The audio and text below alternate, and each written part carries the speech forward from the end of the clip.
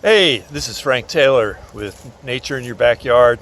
I'm out here in the woods and looking at wildflowers, and this is something I've been thinking about for a while. I wanted to show you what poison ivy looks like, and I was waiting for it to sprout this spring and waiting to see it.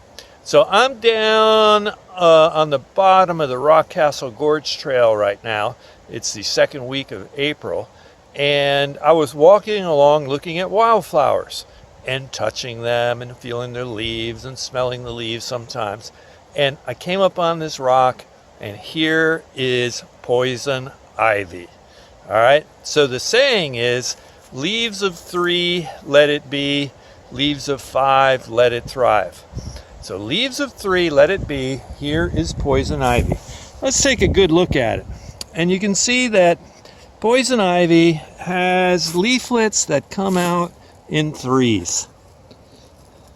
And this particular poison ivy is clearly a vine, and you can see that it climbs this rock.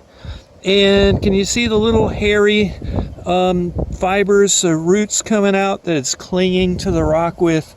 And here's a good example of leaves of 3. Leaves of 3. The leaves are always in couplets of 3s. So, how to identify this plant?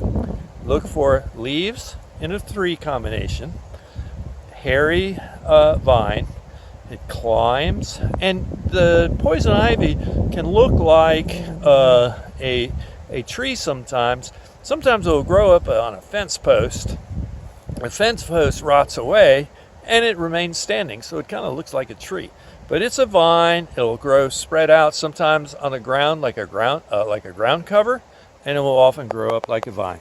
So here's take one more look at it. Make sure you know this one with the characteristic 3 leaves. There's a little bit of cut and indentation to them. Sometimes they're a little bit shiny. Sometimes they get a little brown tinge to them. That's poison ivy. If you don't learn any other plants from me, learn poison ivy.